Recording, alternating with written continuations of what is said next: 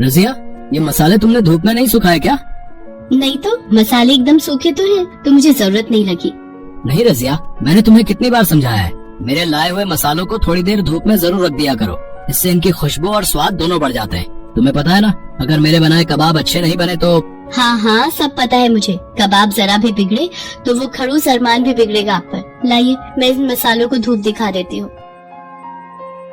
और सुनो, तुम इतने गुस्से में मत रहा करो, हंसती हो तो ज्यादा अच्छी लगती हो। रहने दो जी, आपको मेरी हंसी की परवाह होती तो इस वक्त हम अलीगढ़ में होते। रजिया, काम से छुट्टी नहीं मिली तो मैं क्या करूँ, तुम ही बताओ। कुछ मत करो आप, उस अरमान की जी हुजूरी ही करो बस। मैंने सोच लिया है, अगले बार जब मेरे मायके में कुछ होगा ना तो मैं बच्चों के साथ अकेले ही चली जाऊंगी, आपके भरोसे नहीं बैठूंगी। अच्छा ठीक है, चली जाना, मैं तुम्हें रोकूंगा नहीं, बस अब तो खुश हो जाओ। अच्छा ये बताओ, शाम को क्या लेकर आऊँ तुम्हारे लिए? अगर वो अरमान मुंह ना बिगाड़े तो थोड़े से कबाब लेते आना, बच्चों का भी बहुत दिनों से मन है। ठीक है, लेता आऊंगा, अगर तुम एक बार मुस्कुरा दो तो। आप जाते क्यों नहीं? देर नहीं हो रही आपको? अरे हाँ, मैं तो भूल ही गया था बिल्कुल, मुझे तो काम पर जाना था भाई। रजिया और इकबाल के निकाह को 4 साल हो चुके थे और उनके 2 बच्चे भी थे, शामिया और रिजवान। इकबाल शहर के एक छोटे से ढाबे में काम करता था। उसके हाथों में गजब का स्वाद था, खास तौर पर उसके हाथों से बने कबाब उस ढाबे की पहचान थे। शाम होते ही ढाबे के सामने लोगों की भीड़ जमा हो जाती थी और सभी की एक ही फरमाइश होती थी। अरे भाई 5 प्लेट कबाब जल्दी से, एकदम गरम चाहिए भाई। हाँ हाँ, गर्मी मिलेंगे पर जल्दी नहीं हो पाएगा, थोड़ा तो वक्त लगेगा भाई, पहले से ही बहुत भीड़ है और सबको कबाब ही चाहिए। अच्छा तो फिर रहने दो, हमें देर हो रही है, हम कुछ और खा लेंगे। अरे नहीं यार, क्या बात कर रहा है, खाएंगे तो कबाब ही, यहाँ बहुत ही अच्छे कबाब मिलते हैं पता है। वो नहीं खाए तो समझ ले तेरा इस शहर में आना बेकार ही रहा। पर मूवी के लिए भी तो जाना है ना, और यहाँ तो टाइम लगने वाला है। मूवी छूटती है तो छूट जाए, पर कबाब नहीं छूटने चाहिए। अब भाईजान आप ये पैसे रखो, हम इंतजार कर लेंगे। ये इकबाल के हाथों का स्वाद ही था कि शहर के बड़े और नामी होटलों को छोड़कर लोग सिर्फ उसी के हाथों से बने कबाब खाने आया करते थे। लेकिन इसके बावजूद ढाबे के मालिक अरमान को इकबाल की बिल्कुल कद्र नहीं थी। इकबाल, इतना वक्त क्यों लग रहा है तुझे? है बाहर लोगों के खड़े होने तक की जगह नहीं है। अब बस अभी लाया। वो भाईजान, ये सिगड़ी थोड़ी टूट गई है, जिसकी वजह से काफी आंच बाहर आ रही है। तो हाँ, तो तू चला रहा है क्या? फालतू के बहाने मत बना और फटाफट कबाब बना कर ला, ये सिगड़ी अभी खूब चलेगी, मुझे ये बिल्कुल ठीक दिख रही है। अरमान हमेशा इकबाल से ऐसे ही बात किया करता था। असल में इकबाल से पहले उसके अब्बू अरमान के ढाबे पर ही काम किया करते थे। अपने आखिरी वक्त में जब वो बीमार पड़े तो अरमान ने उनके इलाज के लिए इकबाल को कुछ पैसे उधार दिए थे। हालांकि उन पैसों को खर्च करके भी इकबाल अपने अब्बू को नहीं बचा सका और उसकी माली हालत भी ऐसी नहीं थी कि वो अरमान का उधार चुका सके, तो बस इसीलिए वो मजबूर था। अरमान ने उधार के बदले उसे अपने ढाबे पर काम करने को कहा। तनख्वाह के नाम पर भी इकबाल को बहुत ही कम पैसे दिया करता था, बावजूद इसके कि इकबाल के कबाबों की वजह से उसकी अच्छी खासी कमाई हो रही थी। अरे क्या हुआ भाई, पूरी रात खड़ा रखोगे क्या? है कहाँ है कबाब? आप रुकिए जनाब, मैं बस अभी देख कर आया। गुस्से से तिलमिलाया अरमान एक बार फिर ढाबे के पीछे बनी रसोई में इकबाल को हड़काने पहुंचा, लेकिन रसोई का नजारा देखकर उसके होश ही उड़ गए। इकबाल जमीन पर बेहोश पड़ा था। असल में कबाब जिस सिगड़ी पर सिक रहे थे, जो टूटकर बिखर चुकी थी, और जलते हुए कोयले इकबाल के ऊपर आ गिरे थे। इकबाल बुरी तरह जल गया था। ये क्या कर दिया कमबख्तों, काम का वक्त है और इसी वक्त तुम्हें ये सब करना था। भाईजान, इकबाल भाई बेहोश है, ये बुरी तरह जल गए हैं। हाँ हाँ, दिख रहा है मुझे। उफ, अब इसका इलाज भी मुझे ही करवाना होगा, क्या मुसीबत है।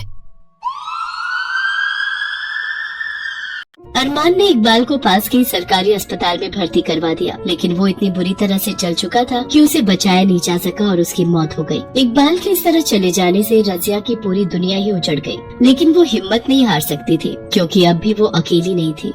अल्लाह पर भरोसा रख रजिया, वो सबका निगहबान है। और तू एक काम क्यों नहीं करती, तू अलीगढ़ चली जा, यहाँ बच्चों के साथ अकेली कैसे रहेगी तू? नहीं बाजी, निकाह के बाद मायका बस कभी कभी जाने के लिए ही होता है, और अम्मी अब्बू पर बोझ बनकर मैं कब तक जी सकूंगी? अपने बच्चों की खातिर अब मुझे खुद ही कुछ करना होगा। बिल्कुल सही कहा तुमने बहन, तुम्हें किसी पर बोझ बनने की जरूरत नहीं है जब तक तुम्हारा ये भाई जिंदा है। आप यहाँ? अस्सलाम वालेकुम। वालेकुम अस्सलाम। बहन, इकबाल के साथ जो हादसा हुआ उसका मुझे बहुत अफसोस है, लेकिन मैं ये भी जानता हूँ कि फिलहाल मुझे क्या करना चाहिए। तुम फिक्र मत करो, तुम्हें काम चाहिए ना तो मैं दूंगा तुम्हें काम।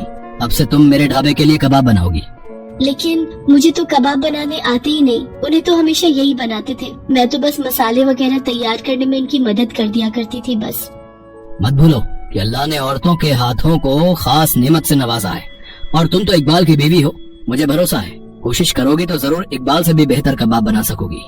रजिया अरमान की फितरत से अच्छी तरह वाकिफ थी, साथ ही ये भी जानती थी कि फिलहाल इकबाल के न होने से अरमान का ढाबा बंद होने की कगार पर पहुंच गया था। यही वजह थी कि अरमान इतना रहमदिल हो रहा था, लेकिन सच ये भी था कि फिलहाल रजिया को भी काम की सख्त जरूरत थी। उसने अरमान की बात मान ली और उसके ढाबे पर काम करने लगी। अत्थु, ये एकदम बकवास है, इसमें तो बिल्कुल खुशबू ही नहीं है और स्वाद भी बिल्कुल बेकार है। माफ करना भाईजान, वो मैं अभी कोशिश कर रही हूँ। देखो रजिया, ये कोशिश से काम नहीं चलेगा। मुझे बिल्कुल वैसे कबाब चाहिए जैसे इकबाल बनाता था, और वो भी कल तक, समझी? वरना अपने लिए कहीं और काम ढूंढ लेना तुम। ये मेरा ढाबा है, कोई खैरात खाना नहीं है जो मुफ्त की तनख्वाह बांटता रहूं। अरमान की रहमदिली का मुखौटा उतरने लगा था, क्योंकि रजिया कई कोशिशों के बाद भी कबाब में वो स्वाद नहीं ला पा रही थी जिसके सब दीवाने थे। इकबाल ने एक दो बार घर पर उसके सामने कबाब बनाए थे, इसलिए वो तरीका तो जानती थी, लेकिन ना जाने क्यों कहीं कुछ तो कमी थी। अम्मी, ये मसाले इन्हें बाहर धूप में रख दो क्या? अब्बू हर बार ऐसा ही करने को कहते थे ना। अरे हाँ, वो ऐसा ही करते थे और कहते भी थे कि मसालों को धूप दिखाने से स्वाद और खुशबू दोनों आते हैं। रजिया की परेशानी का हल बस इतना सा ही था। उसने कबाब में डाले जाने वाले सभी मसालों को अच्छे से धूप में सुखाया और फिर कबाब बनाए। इस बार सब बढ़िया रहा और आखिरकार रजिया ने इकबाल जैसे कबाब बना ही लिए। अरमान का ढाबा एक बार फिर चल निकला। कुछ ही दिनों में पहले की तरह भीड़ जमा होने लगी, लेकिन फिर भी अब सब कुछ पहले जैसा नहीं था। भाईजान, रसोई बहुत छोटी है, एक खिड़की भी नहीं है जहाँ से धुआं निकल सके, और ये सिगड़ी भी थोड़ी बड़ी होनी चाहिए ताकि कम वक्त में ज्यादा कबाब बन सके। और हाँ, एक बात और, मुझे लगता है कि मेरे काम और मेरी मेहनत के हिसाब से मेरी तनख्वाह भी बहुत कम है। क्या? एक मिनट, तेरा दिमाग तो ठीक है रजिया? है तुझे पता भी है तो किसके सामने इतना मुँह चला रही है? लगता है इकबाल ने कभी तुझे मेरे मिजाज के बारे में नहीं बताया। देख मेरी बात सुन, जो है जैसा है सब कुछ वैसा ही रहेगा। तुझे काम करना है तो कर, वरना मैं कहीं और काम देख लूं। वैसे मुझे भी अब यही सही लगता है। आप मेरा हिसाब कर दीजिए और अपने लिए कोई नया खानसामा भी ढूंढ लीजिए। तेरी इतनी हिम्मत? भूल गई मैंने तुझ पर तरस खाकर तुझे काम दिया और तू मेरा काम छोड़ने की बात कर रही है? मत भूल कि तेरे खानदान पर कर्जा है मेरा, और इसीलिए तुझे भी इकबाल की तरह मेरे यहाँ पर काम करते रहना होगा, और वो भी मेरी शर्तों पर, समझी? नहीं, अब समझना मुझे नहीं बल्कि तुम्हें होगा। मेरे शौहर बहुत सीधे आदमी थे और इसीलिए तुम हमेशा उनका फायदा उठाते रहे, और मुझे यहाँ आकर ही पता चला कि असल में तुम ही उनकी मौत के जिम्मेदार हो। तुमने वो टूटी सिगड़ी सही वक्त पर बदलवा दी होती तो मेरे शौहर आज जिंदा होते। तो बात ये है कि तुम्हारा कर्जा तो गया भाड़ में। अगर सीधी तरह से मेरे बकाये पैसे मुझे नहीं दिए तो मैं यहाँ से सीधे पुलिस के पास जाऊंगी, समझे? रजिया के तेवर भी अलग थे और हालात भी।